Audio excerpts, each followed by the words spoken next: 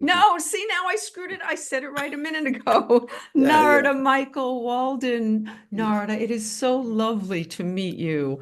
And look at you. You wore the orange. We didn't plan this at all. Hmm.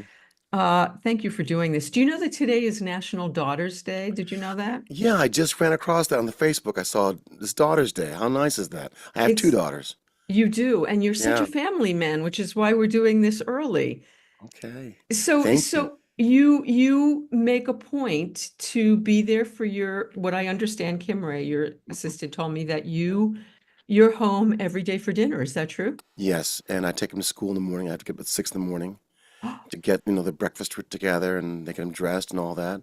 And I have to have them there at school before 8 o'clock because the gate closes at 8. And they have Are you, assembly every morning, so you got to be there. Yeah. do you ever mess that up? Yeah, sometimes the traffic is really bad, you know what I mean? Like this morning, we're like 5 minutes late. So, hey, that's how it goes. But we're out there doing it. Yeah. We're out there doing, and Yeah. so did you come to this commitment naturally, or at what point did you make this decision from the get-go as soon as you had the first child? Okay, I'm going to do this, or did it happen to you? You mean taking them to school? You just deciding you're going to be like a full-time like you're going to commit to this completely. Yeah, it happens. When you have the baby, it just your whole life Yeah, changes but up. not everybody does that, and certainly not Oh, every in my musician life, does that. my whole thing changed up. It was like, oh my God, it's a real deal here. And they have real needs, and you got to really be there for them. And So did you my give my up the kids my road kids completely? demand my kids demand that I give them whatever they want, as much as they want. Shoot, I don't know where they come from, but they sure are demanding. God, Lord. And did you give up the road as soon as you had kids? Was that like the deal? Well, I tried. I went on the road with Journey, did about That's 9 shows, but those guys go out for so long. I couldn't work it out. But I did like 9 shows, and then I had to come back home because my life is just too demanding at home. It's true. Yeah. yeah. I have a Kelly who's 10 years old, Kayla who's 9, and Michael was 5, just turned 6. So Wow. yeah, and he's soccer, football, basketball, baseball, all that. So it's like, And are you that dad? Are you that dad that's at the games and showing up for all that yep, stuff? yep. I'm taking them everywhere. I'm doing all those things, and also the kids, the girls dance. They have to go to their dance stuff, every day. They're And dancers. do they appreciate who dad is? Do they No, get who? No, no, no, no, no, no, no, no, no. no, But that's no. probably just as well, right? Yeah, yeah, yeah. Yeah. I've gotten used to it. It's very humbling. It's very humbling for me. Do Very humbling. your okay, now I saw your mom in some pictures. I know your name came to you later, which I butchered just now. Narita. I heard you say that you say it like Florida. Yeah, Narada, right? Narada. Narada. Yes. But this came to you later, and it was a name given to you, right? Can you tell us a little bit how you got your name? Oh, my name. Yeah, my guru, Sri Chinmoy, gave me this name of Narada in 1967, just before the release of Garden of Lovelight, my first solo album. And he said that you waited a long time to receive your name. It was almost 3.5 years. And he said I didn't want to spoil you. I didn't want to give you your name right away. So I made you wait. And this is called God's Hour. You waited for God's Hour. I was just going to say, what does the name mean? God's. He said, Narada, your name Narada means supreme musician. He said, Narada's soul brings from heaven to earth light, delight, and compassion, and takes back to heaven from earth sufferings. So through music, this is my responsibility to bring more light and happiness to the planet. Oh And God, I feel that calling. and you have lived it through everything in your life, which we talked about this for a second before we went on the air, and I wanted to ask you about this Okay. because through recovery, I have found that life is about prayer, meditation, and being of service, but you seem to come by it naturally. I don't know anything about that part of you, but you're not in recovery, are you? No, but I know that I want to live. And so I look at that as recovery. In my generation, the drug life of just hanging out, a joint can be passed around with angel dust, Mhm. and you don't even know it. Next thing you Right, know, you're on the floor right, because it's got elephant tranquilizer in there. right. So You know, these things happen to you and you start realizing, wait a minute, I want to live. I don't want to be like Jimmy and my heroes gone. So then when Mahavishnu John McLaughlin came along with the Mahavishnu Orchestra, I could look up in his eyes and the way he was playing the guitar was God, the new way to live, meditation, prayer, that side coming through so strong that when I met him backstage through God's grace to meet him, he told me it's largely due to prayer life and meditation life that was helping him. I said, yeah, I know, I hear it and feel it in your music, and I see on the back of your albums these poems by your guru. He said, well, you know what? I'm going to see the guru in the morning at 6 in the morning in Queens. And then it kind of hit me. Whew. Here we are in Hartford, Connecticut, after he's played this long show I've seen him do. It's about 1 in the morning now. He's going to drive all night back to Queens, New York to see the guru at 6 a.m. That means he's not going to sleep. It hit me how devoted he was. Wow. And about a week later, I got a phone call from him. He said, I can't go to this meditation tonight in Norwalk, Connecticut, but I want you to go and meet the guru. And I did. And my life changed. I met the guru and I became a disciple that night. And my whole life just started changing. Now, did meditation, I struggled with I've been sober for 22 years and I've struggled with meditation for a lot of that. And I just sort of found a way to do it.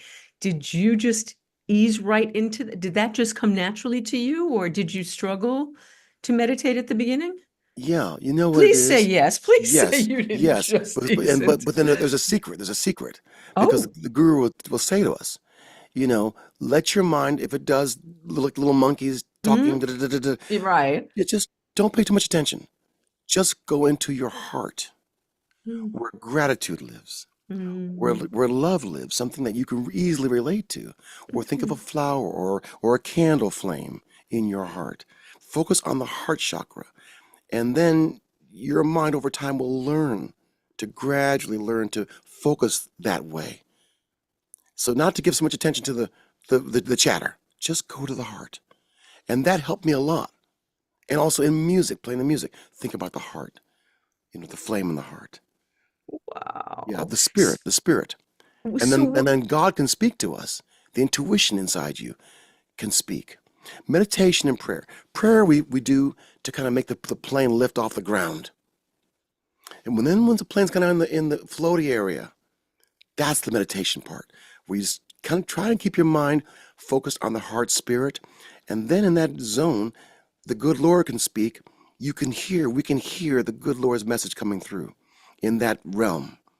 And that's where we want to focus on that heart space and hear the good Lord speak. Whatever that message is, that's the meditation. wow. Mhm. And were you raised with this? I was Did raised Catholic. Catholic helped me do one thing. We had Catholic masses every morning from third grade to eighth grade. I would pray for wow. drum magazines. I'd pray for drums, like, green sparkle drums. I would see David Bailey playing these cool drums and all these cool drummers. I'd pray for those drums. And, now I have a whole warehouse full of drums. But the thing I learned from the Catholic side was the beautiful songs. Those hymns are beautiful. Mother Mary's energy coming through, Jesus' energy coming through, the feeling of devotion Mm. primarily coming through. So that feeling of devotion I can build on in my life now.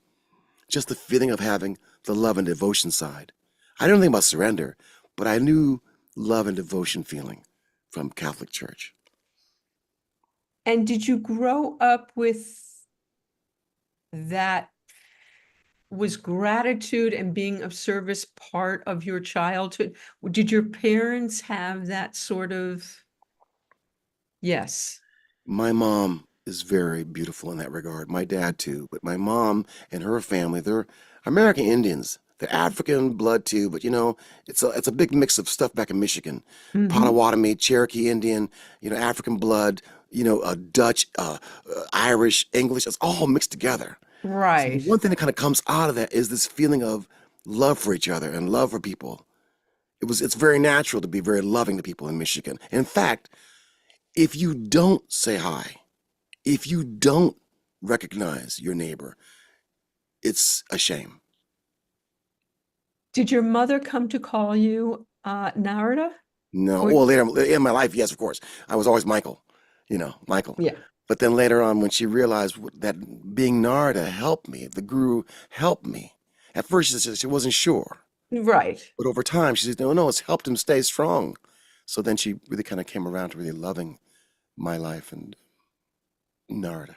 Yeah. Beautiful. And Yeah. speaking of people from Michigan, so Yeah. we had a mutual friend, Allee Okay. Willis, a very dear friend of Ooh. mine, Ooh. who Detroit meant everything to Allie, as you know. She did that huge project to put money back into Detroit. I mixed it. I put it together.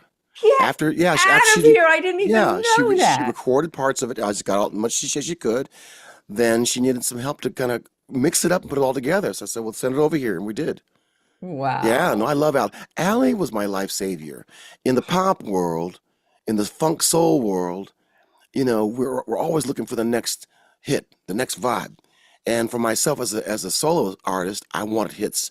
And Allie had gotten super hot with Earth, Wind and Fire, with Maurice White in particular from Chicago. And we knew about her. So I found her in LA and I Wow. went down to her house. And her Her house was all house. this, not the most recent house, the older Oh. house, smaller, but full Uh, of all the little the kitschy kitschy things that she stuff. Yeah. loves, you know what I mean? And I was really taken aback by all that. And then we sat in the kitchen and wrote the lyrics for I Should Have Loved You, Oh, God. and she just was so quick and just like Oh, on it, yeah. like life between the sheets is fine if all you want to make is time. But if you want to make it last, ooh, you lose control if you drive too fast. I should have loved you. Ooh, when I touched you, I should have loved you. I was like, damn, girl, you're fast. But that's how she was. Just Yeah. ching, ching, ching, ching, ching. Oh, Yeah. And then wow. she called and said, I got another idea for you. Let's write a song called Why Did You Turn Me On When You knew, it wouldn't last too long? Why'd you go do that? I was like, damn, Allie. Okay, we just changed the whole lyrics to go with that vibe because she was just on fire with a new idea. So I learned about Wow. her, just let her go. Like a horse, gotta Wow. run. Let her run. Yeah. Wow. hmm Wow. Yeah, I love her. We were eating fried chicken at the diner about a week before she passed. Yeah. Okay. I loved Allie so much. And I just saw her, a friend of mine, Lauren Gold, is the keyboard player with Chicago Yes. now and with The Who. But we went and saw him with Earth, Wind and Fire just last week. Got to see Verdim is a badass motherfucker. hmm Yes, he He is. is still a badass motherfucker, but Yes, yeah. he is. Yes, he is. And it's Um, family. Yes, very much so. hmm okay, and so another Michigan native, my daughter is about to marry a multi-instrumentalist who is in your vein. He plays saxophone mostly, but he plays with Michelle Coltrane actually, and Ooh. he Ooh. does gigs with her. Yeah, and he would love to meet you. I've got to connect you. He would to meet Yeah. you. Oh my goodness, Yeah. but yes, this whole what most impresses me about, well, there's so many things that impress me about you, but what blows me away about you musically is that you are equally as brilliant when you rock so damn hard. Mm, When mm, you funk, you funk. mm, When you jazz, I mean, you're just equally adept at every genre that you fall mm, into and seem to have equal passion for each thing that you do. mm. What was your first passion? My first passion, I go back to being 4 and 5 years old. Check it out. Right. Santa Claus brought this Toyland drum set, and the heads are made of paper. So I'm playing my drums from Christmas Day, How are and you I'm playing so paper? ecstasy You're such a because hard hitter. How are you doing yeah. without Well, breaking them? as I'm playing them, then they start to break. But guess what? I don't care. It's just to play is orgasmic. Just to play these drums, that high stays with me to this very day. Oh, God, That it that high shows. drives me It to this very shows. day. And in every different form of music, you mentioned like different varieties of music. In Michigan, you had to be adept at Patti Page, Johnny Mathis, as well as Elvis Presley, as well as Pat Boone, as well as then when Jimi Hendrix comes on the scene or Beatles come on the scene, as well as all the Motown coming up, Smokey Robinson coming out with Shop Around. The So impressions coming what's out in with your the impressions of house? Gypsy Woman.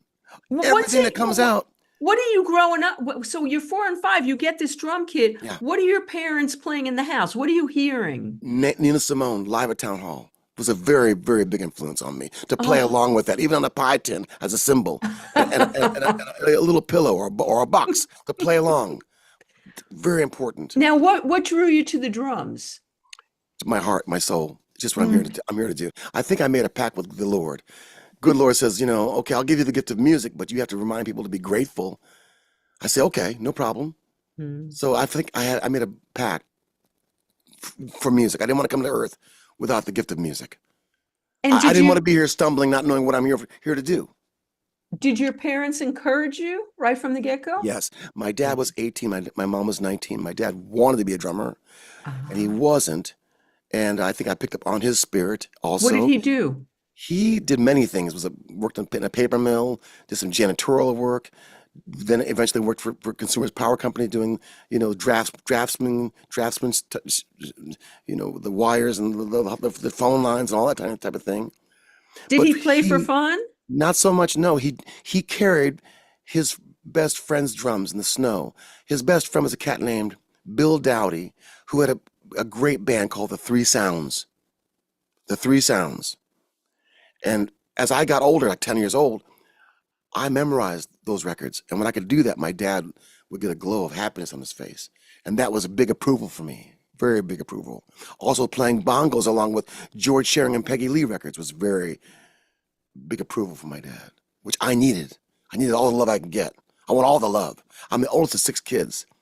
Yeah, we're Oh. all born right next to each other. Myself, Ron, Kevin, Chris, and the girls are Yolanda and Edie. Yeah, we're all like, and intense. Yeah, You're a intense. Taurus. I That's am. pretty I intense. love it. Yes, I I'm a am. Scorpio. Yeah, I Mhm. got that. What day are you? So What day? I'm October 29th. I'm a Scorpio, yeah. Beautiful. But I only marry Taurians. Mhm, I married two of them.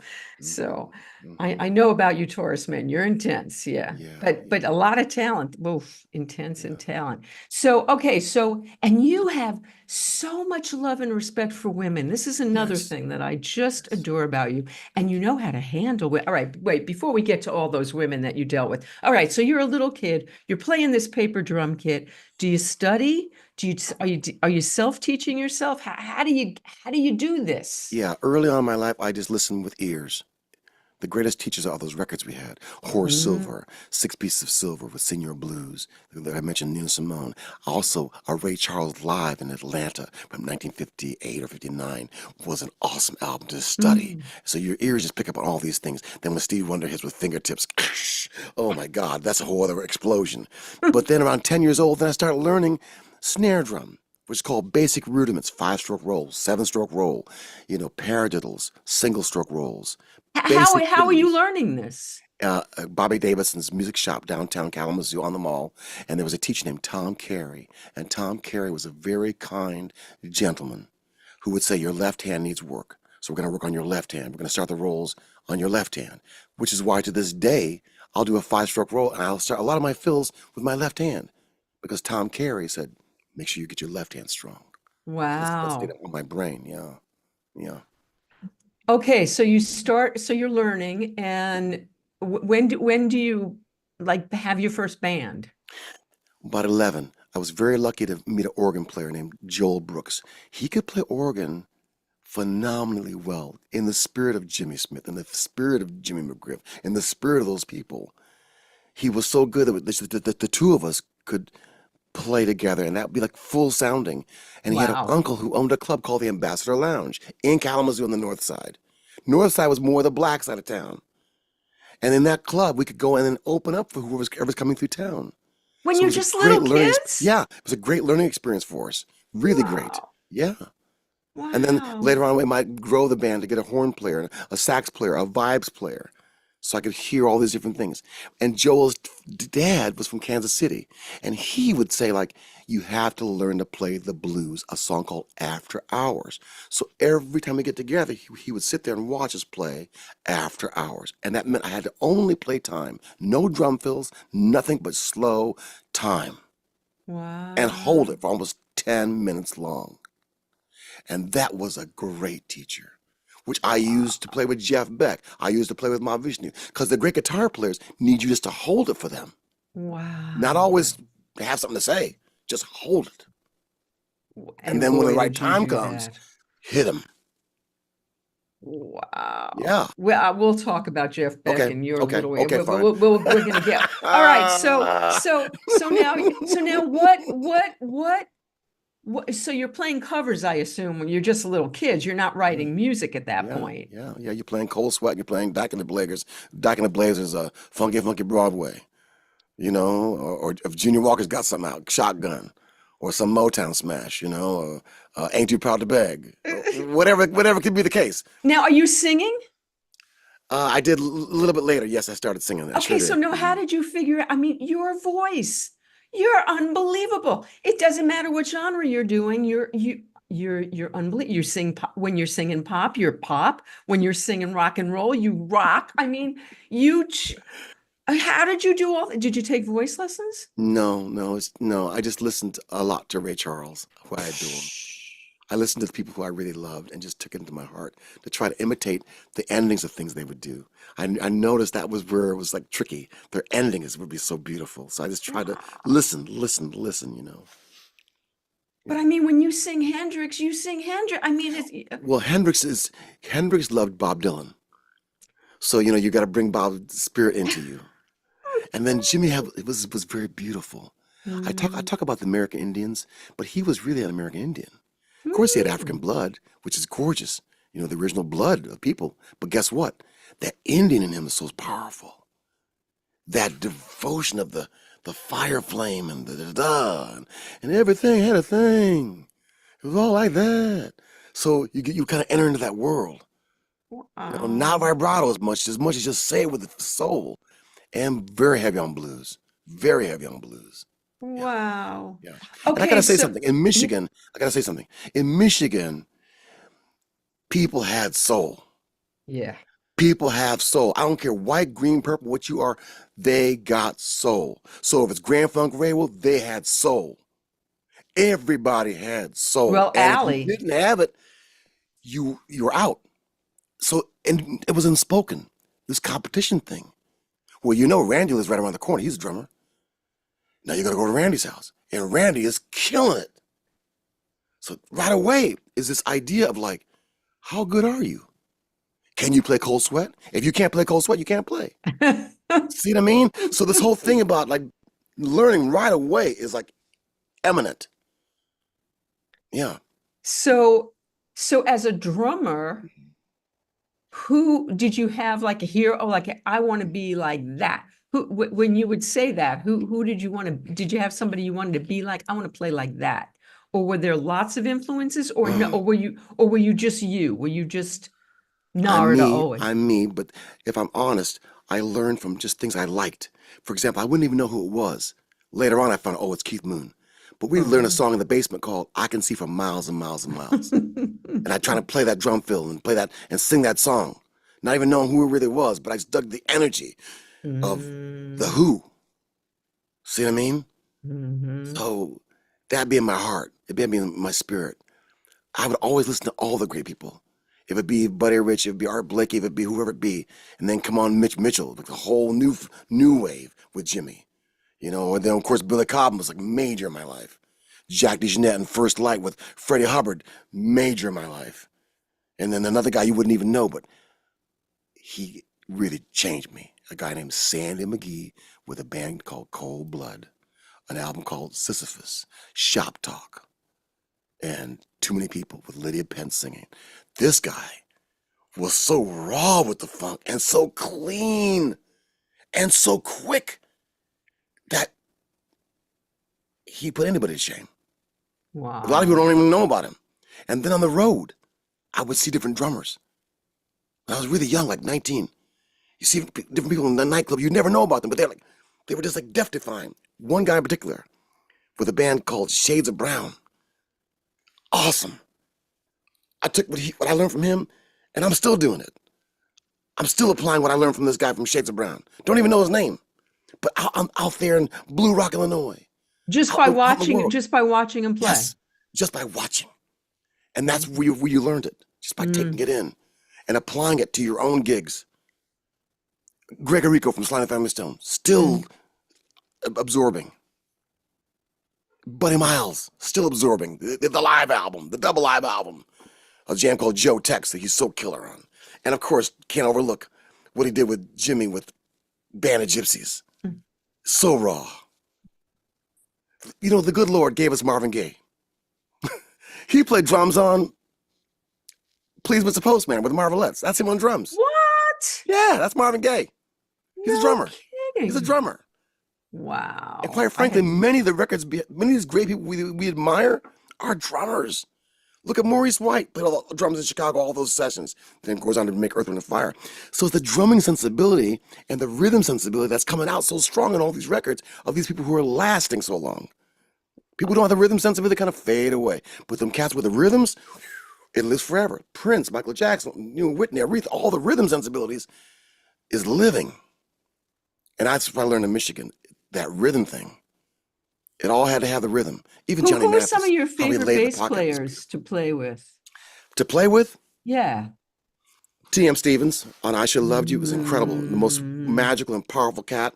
Ralph Armstrong with Mahavishnu Orchestra, most powerful and could play great fuzz tone, like Hendrix, and brilliant and odd meter with John McLaughlin. Could just push him. Jaco Pastores, Come On, Come Over. I played with him. And also with Weather Report, I played with him on Cannonball, his audition, where Joe Zawinul said to him, "Don't play that shit on my song." I was like, oh, God, Joe, you're going to break this little boy's heart. But it made Jaco.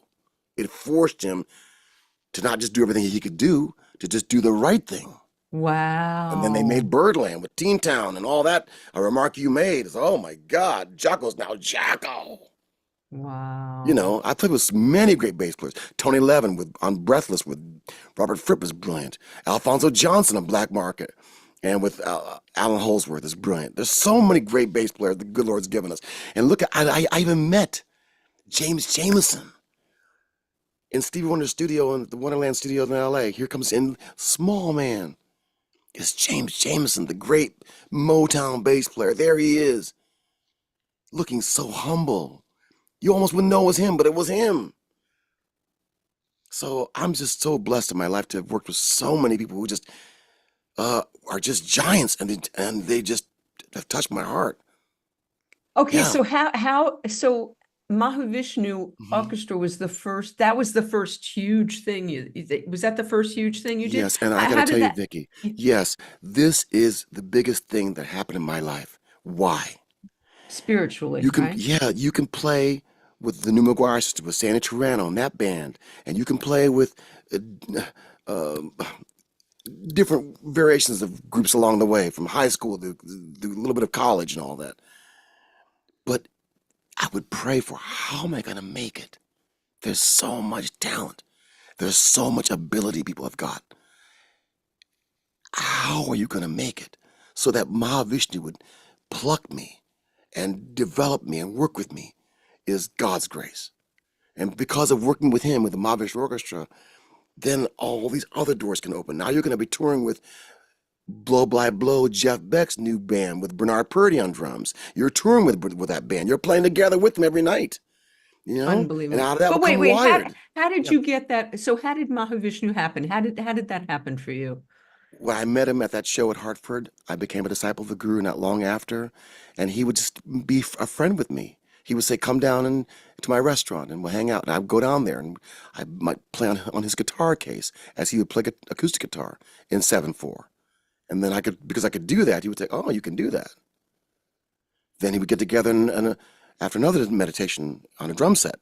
"Oh, you can really play. Then another big thing happened where I went to an outdoor show in Tanglewood Preserve. And after that show, he said, "Take me to your home where your band plays." So I'm driving his station wagon with his new double neck Rexbo guitar in the back of the station wagon as he sleeps, to take him to my home where we're all going to jam way up in Canaan, Connecticut.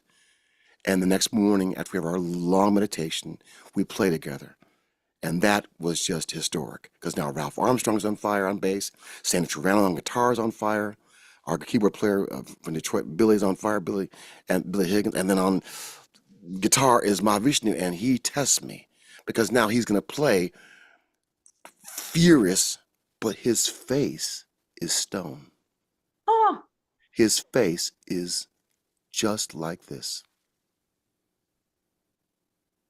But the sound is enormous and the clarity is perfect.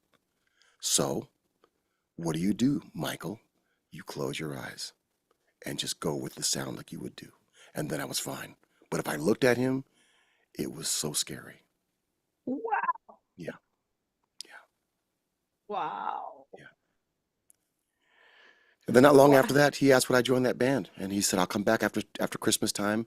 It'll be 1974 January. I'll come to where you are with the band that you're with called Jatra, and I'll teach you how to play with me in 7 and 5 and 9, 11 different odd meters. I'll play cat and mouse with you. I'll teach you how to do all these things, and he did. He just did. He said it's all about listening. It's all about listening. He said Miles Davis would tell us, listen. And all those records were done through listening. Wow. Yeah. Wow. A good lesson in life as well. Okay. Okay, so before we move past it, because we're already past it, everybody I know who's in music was influenced by the Beatles on Ed Sullivan in 1963. Did that impact you? Very much so. The thing that hit me the hardest, I checked out the Beatles coming on. I knew there was a big wave. And even the Catholic school I went to, all white kids, they were starting to talk about it. So I knew something was happening because they wouldn't talk about music. They wouldn't know, Little Richard, that kind of thing. But they heard about Beatles now, and it was catching a fire. So much so, there was an interview that came out of John Lennon speaking, saying, our favorite male vocalist and star is Little Richard. So I could go, who's that? And then he would say, and our favorite female singer is Mary Wells. I go, Mary Wells, I know she's in Motown, she's Detroit. But the like is, who's Mary Wells? That's when I started realizing these guys are hip. They're with it. They're with it. They're teaching the little white kids about Little Richard and Mary Wells. That's when I started liking them. When they hit Ed Sullivan's show, now I'm realizing the cat on drums, Ringo, is not just swinging, but his face is looking up at the girls screaming and he's turning them on. His charisma is just making them get wet and excited. And I'm like, damn, that's when it was over. That's when it was over. Yeah, I have to say that. Forgive me, but I have to say that. And what do you think about him as a drummer? Great. Great. That's what drum's supposed to do. Lay it down and rock and roll, baby. Ain't all about all the chops you got. It's like, can you groove? Show me. When you play with Aretha Franklin, I did 7 of her shows. You better groove. The fact you got some chops is cool, but you better groove. Okay, so let's talk about Aretha. Okay. So now Aretha is got a reputation is not exactly the easiest person on the world. How was it working with Aretha for you? Fantastic. Oh, She said, once I knew you could play like that. She said, I didn't know you could play like that. She said, every time I'm seeing you now, I'm happy because I know when you come, it's going to be a good show. Oh. And she wanted to go there. And you know what else?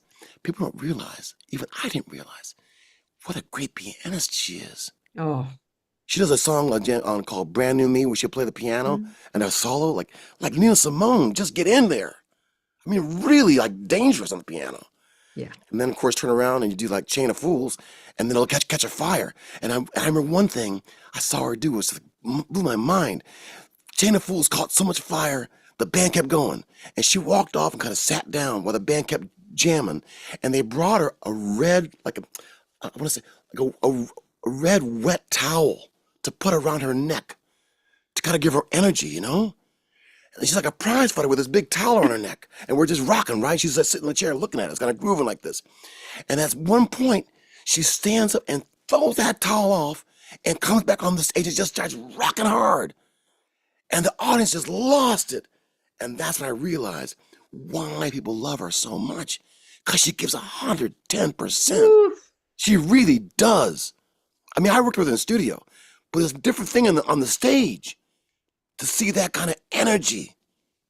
Just like a prize fighter, give it all. Oof. And I was like, I love you. I really love you. And whenever she called, can I come out? I said, I'll be there. Right down to her last show. Oh, It was Elton John's AIDS benefit at St. John Divine's Church. oh And God, I lived right there. that's where she was. And Oof. she had lost a lot of weight. Mm. And she came out, and here in the audience is Sting and Billy Joel and Elton John and Clive Davis and everybody like that. And she ripped it up. So much so, when she sang a song called Nessun Dorma, I mean, I could see Sting just crying his heart out.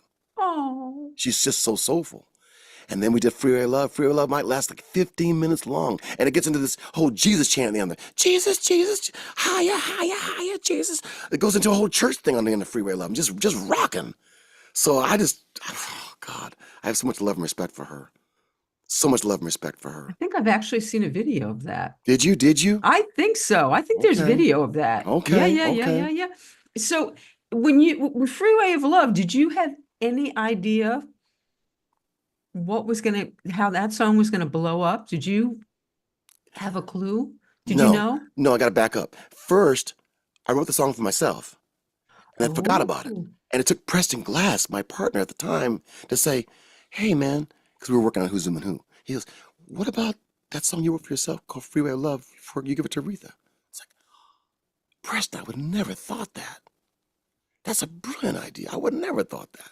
So we Wow. dig it out, and I changed it up to make it Motowny, because Aretha's from Detroit, to make that kind of What was it synergy. original? What was it originally? It had vibe, but it wasn't Motowny as much as I had made it for her. In recutting it for her, I had to contact my lyric writer, Jeffrey Cohen, to spin the lyric, how'd you get, knew you'd be a vision in white. How'd you get your pants so tight? Don't know how you're living, but you must be living right. We got some place to see. I got the maps with me. So jump in, ain't no sin. Take a ride in my machine. See the traffic moving way too slow. Hit the pedal and go. Go. Go. Going riding on the Freeway of Love, And I'd written going riding on the Freeway of Love in my pink Cadillac, going riding on the Freeway of Love, but I couldn't find the rhyme for pink Cadillac. And that's where Cohen's so brilliant. He goes, winds against my back. Like, damn, Cohen, you're genius. So it all kind of came together. And then I cut it with Randy Jackson playing the Moog bass. And Corrado from Italy on guitar. My team, Preston Glass and the vibes, put a good demo vocal, made it really sound hot. And after I'd cut Who's Zooming Who and Until You Say You Love Me, those two songs, I went back to Detroit again. Now the second time I go back there, I brought that with me. And she, as it worked out, it was heavy snow. So she would call me and say, look out your window. I go, yeah. You see that snow coming down? I go, yeah. Now I don't drive in that snow. Day one. Day two, same thing. Oh. See that snow coming down? I might be in the hotel 4 or 5 days. Wow. But when she does show up, I go out to the music stand to look at the lyric, and there's no lyric. It's all memorized. 6 minutes long of what she's going to do on Freeway of Love is memorized. Wow. Every little turn down this better than ever street, all these little things she's getting into, it's all in her brain. And that's when I realized the level of being a professional. It's staggering what she is. It's staggering. Wow. And almost I learned how much she loves herself, because she'll come in on a playback. She's like, play it for me. And her pants are open, so her belly could just breathe. And then she have a cigarette. She was still smoking. And the cigarette was almost like long ash, but the ash wouldn't fall off. It just hang on there. It wouldn't dare fall off. No, it wouldn't fall. I kept waiting for the thing to fall off. It ain't gonna fall. And she listened to the playback, and you can see on her face, she's loving God in herself. She's loving hearing God in herself. That turned me on to see her love herself like that. Wow. Rarely do I see people love themselves like that. Rarely. She's like that. Whitney's like that. Gladys Knight. But there's only a few who really love their sound that their body makes. But Whitney, I gotta share that with you. Whitney really loving herself. Yes. With her music. Yeah. But in life, not so much. Well, that came later. When I was with her, How I Know, she was Muhammad Ali. And she let you know. That's how confident she was. She was 19 years old, walking in, learn How Will I Know? And what you hear on that record is what she spit out with all that fire and confidence. I said, damn, this is so hot. Get your mom down here. Because Cissy Houston I knew from singing on my album, Garden of Love Light, my solo album in 76, when Whitney was 11 years old. That's when I first met her. Wow. So now she's 19, singing How Will I Know like that, so much fire. I said, can you get your mom down? So here comes the mom. But the mom sound on her own wasn't the sound. It was like, no, join your mom. Sing with her. That's what you're hearing on How Will I Know. Whitney's lead, and also her and Cissy in the background, kicking hard. That's How Will I Know. And then when Whitney would come in here to playback, she'd look at me like, can you hear that sound? Do you hear that sound? I'd be like, I'm not used to anybody looking at me like this. But he'd be like Muhammad Ali looking at Sonny Liston. Like, you hear what's happening, don't you? Wow. As gorgeous as she was, like you, all that confidence and that sound loud blaring through the speakers. It was so good. I said, I'm gonna finish this album right in this room. I'm not going back home to California. I'm gonna finish it right now. I'm gonna get a sax, get Russell Tubbs, come play sax like Clarence Clemens vibe, and finish it and take it to Arista Records. And I did. Bam. Now, wait a minute. How does a woman like that, who has that kind of confidence and who knows herself that well, how does what happened to her happen to her? Well, only God can answer that question. I will say this with things that I know. Okay. That era of superstars, we as the world were not used to.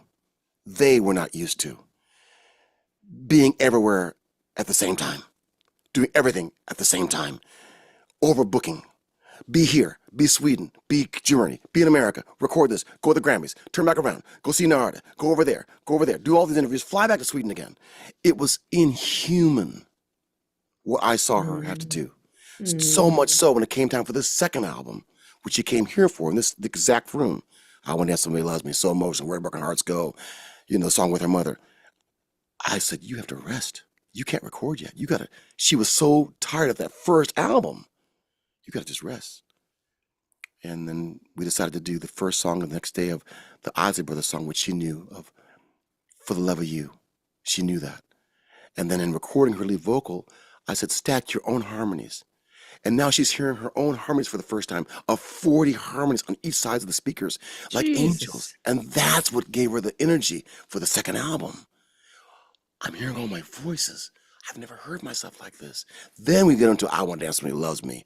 And then she invented, say you want to dance, don't you want to dance, don't you want to dance, dance. Say you want to dance, don't you want to dance, say you want to dance, oh, don't you want to, all that started coming out. Because now she's getting happy. See what I mean? And the song she didn't even want to record was Where Do Broken Hearts Go? I said, sit down, let me play it for you. And I played it her version now. We cut it for her. And she goes, oh, I get it. And then we had to lower all the lights down, just a few candles. And she had to imagine what it feel like to have a broken heart. That was the hardest thing for her because her heart hadn't been broken by that time. So right, she was so young. Yeah. So I'm saying, and then after that album's success, more touring, busy. Third album, Big Depression. I saw her. She'd gotten in love and fell out of love and got hurt and all the things, the wears and tears on their, they just weren't used to it. Madonna, Prince, Michael Jackson, that whole league of trying to be everywhere at the same time and put on such intense shows with that intense music every night would wear anybody down. Yeah. So I don't want to go into a whole drug thing because I never saw that. But I will say she was certainly overworked. Right. God bless our hearts. She was certainly so beloved. You had to have her, like candy. But I don't think that they were able to slow it down the way that I would have liked to have seen it slow it down. And I want to say one more thing that's coming through. Robin, who was with her on all my sessions, loved her, was kind to her, was good to her, and made sure she was all right, best possible. Bringing her a cup of tea. Are you okay? Trying her very best to make sure that Whitney was all right. I have to say that about Robin, who I really loved, was always kind. And I have to also say this too. When her dad or mom would come to the sessions, we'd stop the sessions because she loved her father. Oh my God, what a beautiful man, high cheekbones, so royal and distinguished, John. And we'd stop the session and he'd go talk to her. And you could really feel, are you all right? So they were trying, but it was just the machinery. Yeah. Yeah. Billions and millions and platinums and golds and millions. We weren't used to it. Was she being pushed? Was she being pushed by the label? And Well, they're being booked to do all these things, Mhm, you know. mhm. But we don't understand. This is a muscle. You just can't sing like that. All those high songs over and over and over again. It's gonna have wear and tear on you. Mhm. The same with Steve Perry with Journey, even the rock and roll cats or the Led Zeppelin cat. Those they went through that stuff, trying to do all this, and those are high ass songs to be singing every night.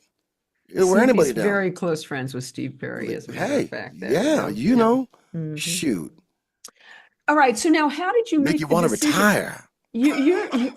Well, he did, right? You are so you being such a successful, prolific musician. What brought you to decide, all right, I'm going to produce and I'm going to get in this? I mean, you continue to do both, 11 solo albums, but what took you in the studio to decide to work for other people when you could have just gone on and done your own music? Mhm. I What? love music enough that I want to be of service to people. And Quincy Jones, who's my Mm, mentor, he said to me, you might want to just think about being a helper for other people. And that really hit my heart because I knew he was right. We needed more helpers. And even when I was looking around on my solo albums to find other helpers, it was always tough. Not with Bobby Clearmountain, I loved him, but until I found him, it was other people. I couldn't find the right helpers. So I knew he was right. And mm, then Stacey Lattisaw was signed to Cotillion Records, Atlantic Records, with Henry Allen, the great executive Henry Allen. And after I had I Should Have Loved You and Tonight I'm All Right and my little disco hits and things to save my life, I said, let me produce Stacey 4 songs for you. And if you like it, you can keep it, and I'll do 4 more and finish the album off. And if you don't like it, you haven't lost much. And he said, you know what, go do that. And I got very serious. I just got married. I moved out here to San Francisco. I had to have hits. And I wrote Let Me Be Your Angel with Bunny Hull and Dynamite with Bunny Hull. And my wife helped me with Jump to the Beat. And I got T.M. Stevens to fly from New York and Corrado, my little team, and recorded the record plan Sausalito, and just really made hits for little Stacey Lattisaw. And I went to her house first to make sure the keys were right. And I could see how she was living. I could see how sweet she was, how kind, and her little family. And I just kind of took it under my heart to make sure I did my very best for her. And when she had hits, and then she was asked to go out and open for the Jackson 5 tour with Michael Jackson. Oh my God. And then we cut 11 and Two-Way Street, and more hits start flowing for little Stacey. So I was just so happy for her success. That opened the doors for the telephone to start ringing, and Clive Davis then called me. He said, well, how'd you learn to make those kind of records? I said, well, I'm from Michigan. We love music. He goes, well, okay. How about you produce Angela Bofield? How about you produce Phyllis Hyman? How about you produce... And then it evolved into Jermaine Stewart, and we did After You Have to Take Our Clothes Off, into Kenny G, and eventually Whitney Houston, Aretha Franklin. Yeah, in fact, he said, well, how about Aretha? I said, are you serious? Aretha Franklin? And that's how it started. He said, yes, give her a phone call. I called Aretha on the phone. I know who she is. Were you I'm like, what? scared? Yeah, You because I too? said, well, Yeah. yeah, I was. And I said, well, yo, what do you do to have fun? Just trying to break some ice. And that's when I got a heavy dose of who Aretha Franklin is. She talks like this. She goes, well, I might go out to a nightclub. In the nightclub, I might see a guy in the corner. He looks at me. I'm looking at him. He looked good. It might be like a who's zooming who. But guess what? Guess he thinks he's got me, but the fish jump off the hook. I'm like, who's zooming who? He think he got me, but the fish jump off the hook. What the hell is that? But that's how she talks. And when I got off the phone, I said, Preston, look at what she's giving me. I've never heard anybody talk like this before, but that's how she Wow. is. This kind of church meets the street, meets the gospel, meets Aretha. It's all mixed together with some fried chicken. It's all Wow. mixed together, man. Yeah. So Wow. she inspired that song by just talking on a phone call. Wow. Yeah. And when I went to go see her, then I got more the tender. Her father just died being in a coma. He was shot in his church. He was the great Mm. Reverend C.L. Franklin, who was a great man. He would bring in the town Martin Luther King. He would bring the town Sam Cooke. He would be a haven where the people could come stay and be there. Mm. So that was a big deal for him to be now passed on to heaven. And Aretha would be really tender, and I would massage her shoulder, but really light. And the first song I recorded with her was called Until You Say You Love Me. And that's my favorite of all. It was just Mm. so tender. And to hear her voice coming off the speakers in the studio, it's the real deal. I mean, she's awesome. And I purposely put Prince in the tracks. Not him personally, but what I learned from him in Mm. Purple Rain on The Beautiful Ones. I take that energy because that was the hottest thing I could do. I want to give her hits. Take that energy, marry it with her old classic sound. Marry those worlds. That's what it would turn me on for the Who's Zooming Who album. Always trying Wow. to marry the worlds. Marry the worlds. You know? Even Freeway of Love, marry old Motown with the new technology and get her in there. So all these mixtures of things. That was my thinking for her because I really knew if we did it right for Aretha, she'd be out the door because people love her so much. You know. Wow. Well, you did her proud. Yeah. And Whitney. And so Mariah. So what about Mariah? Now, Mariah is another one that's known to be challenging. Was she challenging for you? Yeah. Yeah. When I first met her, you got to understand she was really naive and shy and sweet, but like shy. So she would look at you through the hair on her eye, and have very little to say. Tom Mottola discovered her and sent me a little picture and a little cassette. So I knew she had some great talent, but not enough there to really know she was Mariah. So, Right. but he says, come to New York and meet her. So I go to New York and go meet her. And that's why I say I can meet her with looking through her hair. I said, well, what do you like? And she goes, I like George Michael. So I just worked with George Michael. I have number one right now on the chart with George Michael and Aretha Franklin. I knew you were waiting. Yeah. I knew you were waiting for me. So, oh yeah, I love that. So that gave me a kind of a starting spot. So I said, well, let's just go to the studio. I get a piano and get a couple microphones and just see what we can write together. And God blessed us. We wrote 4 songs together. One of the songs was I Don't Want to Cry. Wow. Out it came. I was looking at her. I said, you know what you need is one of them kind of songs like I would see at the Regal Theater with, like, Walter Jackson, one of them kind of guys would fall out of the wheelchair and they're singing, it's an uphill climb to the bottom. And they're just pouring their heart out and the girls are screaming and the drama. We need drama with you. Because I realized she could really sing. I Right. realized Mariah had the gift like Michael Jackson. She could imitate young Michael Jackson to the T. And her ear was so refined to hear these nuances that nothing was scary for her. I was like, damn, you're another phenomenon. That's when it hit me. And when we did I Don't Want to Cry, then the executives had already cut Vision of Love. But they said, but the way you're going with it, can you take Vision of Love and make it up to the standard of I Don't Want to Cry? So that's what then we did. We just remixed and made it and worked it. Mm. And stuff flew out the windows. And she became Mariah Carey. Wow. Yeah, man. Wow. But she was always Wow. very shy in the studio, very shy. But the sound would be like phenomenal, just frightening. Yeah, Jesus. And how was she personally with you? sweet, sweet. Oh. I would say very sweet. And the thing that really made me bow down and stay down is when I realized her deep, profound knowledge of music. Mm. We don't give Mariah enough credit. Mariah knows something about all those great R&B songs that's been out. Like, okay, one night I'm in LA and Stevie's my dear brother. He says, come with me. So I go with him and here's Mariah. And we sit around like at a fireplace. Stevie likes to play this game where you sing a little bit of a song and, you sing a little bit of a song. And if you can't name it, it keeps going around and around in a circle till the person can name the song. Mariah and Stevie can go for hours like that. Just Wow. songs for hours. That's how deep she is with her knowledge of songs. Wow. So I got to give her so much love and respect. And I have to Wow. also say one more thing. When I'm making Whitney's 3rd album, Mariah was so respectful of Whitney Houston. So respectful of knowing how great she is and was. That she wanted to hear how was Whitney, And I would tell her how she was doing, and she would just be so sensitive about it. So that love really was touching to me, very touching to me.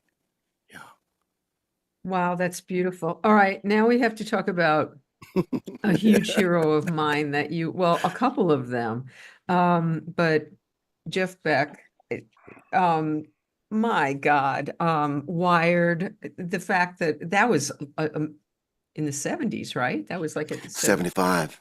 It was recorded in 1975. After our So, last Mahavishnu Orchestra album of Inner Worlds, I was in Honky Chateau in France making that album, which you have to make sure you check out because that's one of the greatest things that I've ever done. Meaning, wow. it was just so out there with Mahavishnu having a bank of synthesizer guitars we'd never heard before, then running that through ring modulating pedals. So the sound would be like coming from a place you never heard before. So after experiencing that, Jeff rings on the phone and says, come to London when you're done and work on my new album. So I was very honored that he called and asked me that. And Greg Were the you a gentleman. fan of his already? Oh yeah, we'd already toured yeah. together. What had happened, we had toured with the You, second you Mahavishnu toured Orchestra album. before that? On the second Mahavishnu Orchestra album called Visions of the Emerald Beyond, and Jeff had out Blow by Blow. Right. We then Whoa. came together for both bands in America and Europe, Oh. playing nightly together. Oh. So that's how my education to knowing what it was that was so fascinating about Jeff Beck, how he had garnered this pop audience with his rock and jazz rock fusion coming through, but it would be packed. I mean, packed to hear his every note. Oh, And I was yeah. like, well, what is it about this guy? Then I realized he liked the funk on the bottom, and he would like to surprise you, be sweet and pretty, and then when you didn't expect it, come raw. And oh God. And he had so much control with it. So people just end up loving him, you know? And then every night we jam together, both bands, Bernard Purdy, me, two bass players, John McLaughlin, Jeff Beck going back and forth. Oh. Well, I got a chance to really know him. So then in making The Wired, when I went over to London, they had one song kind of that they had picked out called Lead Boots. I went in his little basement. Maybe it was Max Middleton's house, his basement. And we ran through Lead Boots. And I'm so glad I tape recorded on my cassette my little drum pattern. Because when it came time to cut that song with George Martin, the Beatles producer, I forgot the pattern. Because the pattern's very intricate. And I said, God, find the cassette. And I heard there's the pattern. Okay, now I can cut it. And I was so excited in cutting it that they hadn't even hit the record button yet. That's why when you hear the very beginning of that record, it sounds like, because I'm already playing when they hit the record button. And it's live. The solo from Jeff is live. Wow. It's live, man. I'm like, oh, wow. So, and then after that, then Jeff says, we need more material. They don't say songs, they say material. I need more material. So, okay, not far across the street is a place called Trident Studios where John McLaughlin, Mahavishnu is over there cutting and mixing the Inner Worlds album. I go over there to say hi to him, and then downstairs is a beautiful piano where I'd worked earlier with a band called Nova, A Princess and the Frog, those type of recordings down there. On that same piano, I went down there, and God just gave me a gift of Play With Me, Sophie, Come Dancing, Love Is Green, just on that piano.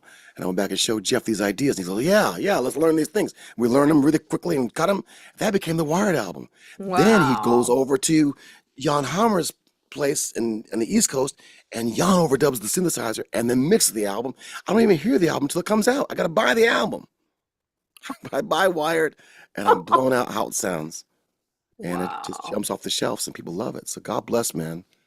But I didn't play live with Jeff again until way later.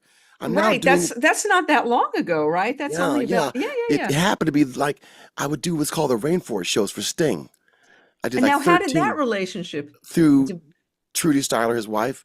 She's like you, beautiful and open and wants to do good for the world. And she had heard about me through Bruce Springsteen, because Springsteen came to a concert I did in New York for the Rhythm and Blues Foundation, where we honored all these great pioneers of R&B. And one group in particular, we really made sound fantastic. They were called the Flamingos. I Only Have Eyes for You. And we made it with all the extra echo and the vibes, you know what I mean? And the guitar and the brushes. And Springsteen told Trudy, this guy did a good job. And then Trudy called me and said, Bruce told me about you. Can you be our MD for our Rainforest shows? I said, I'd be honored. And that's how it started. Wow. So on one of those shows, Jeff came with Patti LaBelle and did Superstition, and with Sting singing Purple Haze on one jam, and Jeff just wore it out. And then Jeff saw me in my kind of glory doing all these different varieties of people, from Nina Simone, who was there that night, how tender she is.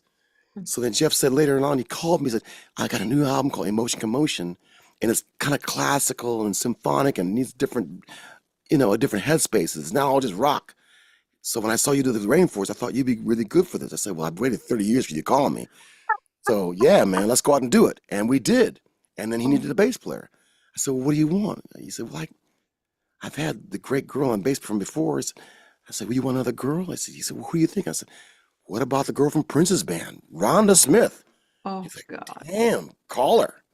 So I called Rhonda Smith, and she came up for the audition in LA and just killed it. And she was so much solid. I called her Earth Mama. I said, you're like Earth Mama, because no matter what I'm doing on drums, you're just holding it. And Jeff fell in love. And Jason Rubella on keyboards. He was mean. And that quartet went around to Russia, all of Europe, America many times. And for 2.5 years, I stayed with that band. It was really incredible. That's when you saw the Jeff. That's when you saw the Isle of Wight, Jimi Hendrix. The Little Wing. Yeah. I'm telling you, I watched it like 12 times. You kill it. You just absolutely kill it. Yeah.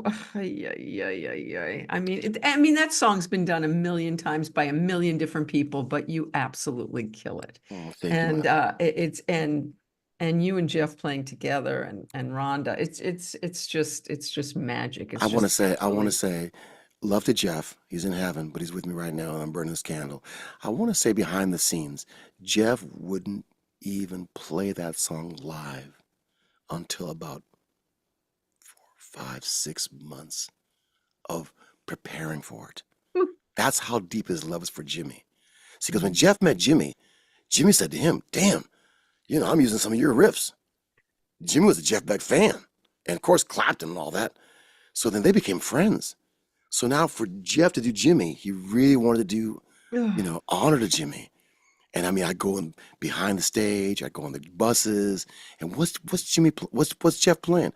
Little Wing, getting it just the way he wanted, just the way he wanted it. And when it came time for us to break it out, it was all right. That's that concert you're saying. I mean, and it was emotional because Jeff even said, I saw Jimmy at this concert when Jimmy played here. So now this is for him. And you have to also know, in my heart, Hendrix was my hero. Hendrix died the year I graduated high school, 1970. So that was like a stake in my heart. I didn't know what to do. I mean, he was our hero.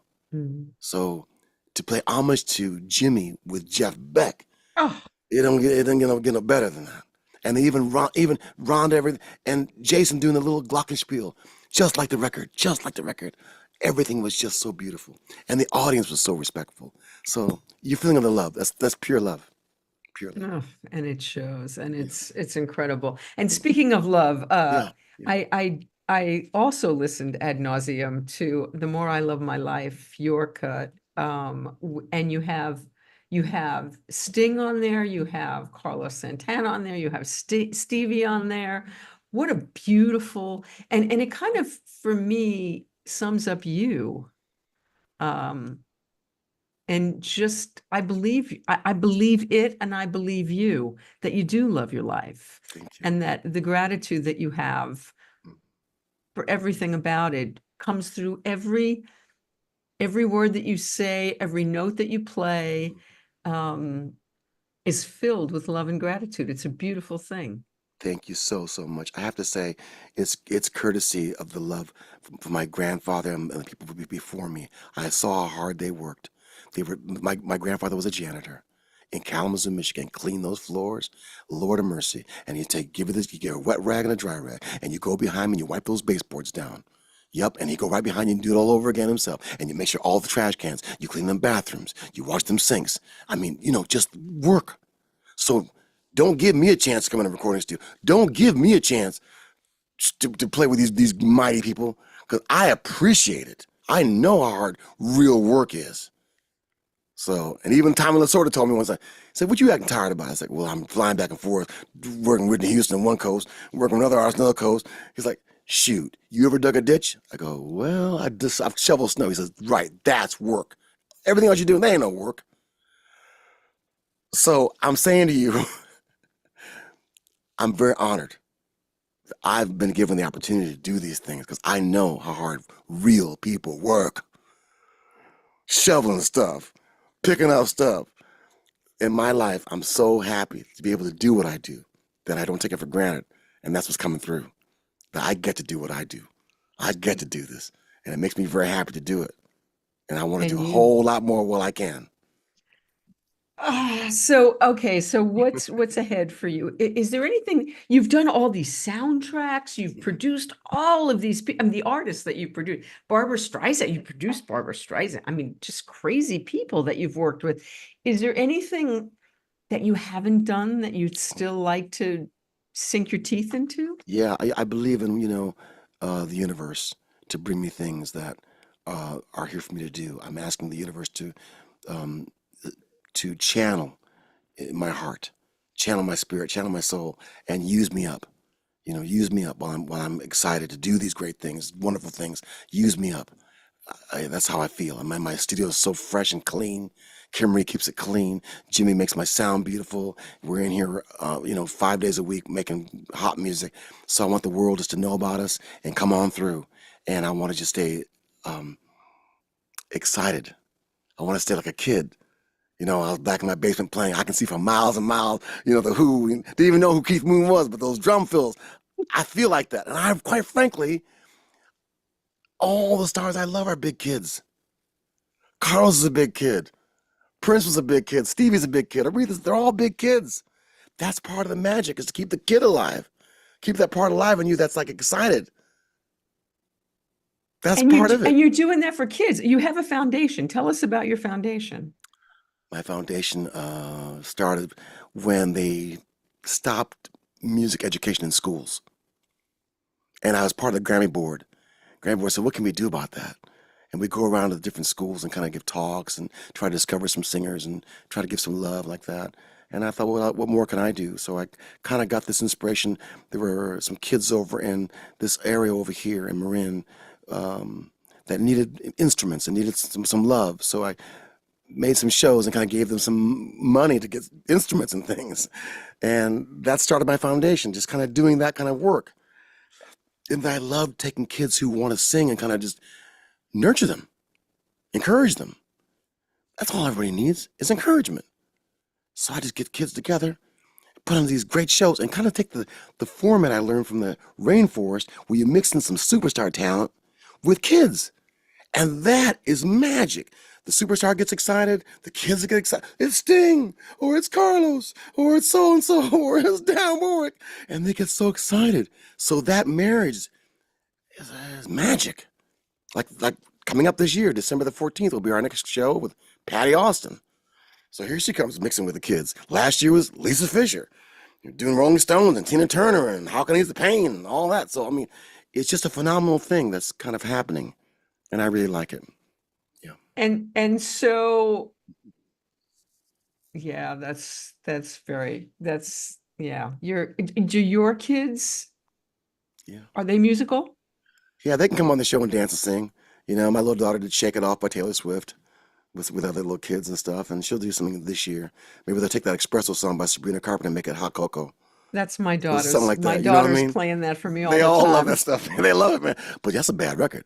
Espresso's a mean record. Yeah. Whoever cut that record, I gotta meet that producer because he's mean. I've tried to match that bottom end, that kind of that toughness. They've now mastered how to make digital be competitive. For the longest time, we were fooling with it. Pro Tools, we're fooling with it. It's just we're trying to learn it. Now they've mastered it. They've learned how to make some good sounding records on Pro Tools and other, formats. So yeah, little Sabrina Carpenter, even Taylor Swift had to go, damn girl, congratulations, congratulations. And how about playing live? You going to go out there and play live? Yeah, I love live. I did it last weekend. I did a Hendrix thing at the Hayes Street Fair. I love the Hayes Street Fair because it's packed with people, and you can go in there and play the Star Spangled Banner, Purple Haze, Foxy Lady, jam back at the house. even John Lennon's Imagine, and people are just so like, oh yeah, touch me, let me feel something, and it gives me a chance to just sweat, which I want to always just sweat and just take off my stuff, man, take off my stuff and just go there. That's my happiest moments. My happiest moments is just when I can just go there. You know, in the studio, you learn to like record something and like bottle it, contain it, you know, and you release it to the world. But live is one shot. You better give it all you got, you know. So. Is there anything coming up that we can? Yeah. That I can come see you play? Yeah, it'll be December the 14th. That'll be our next big showcase.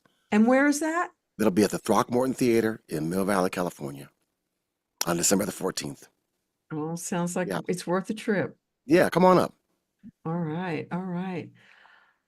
Narada, thank you so, so much for doing this. It has been such a delight to spend this time with you. You are love and light. You really are. And I thank you for your music and just being you. What a delight you are.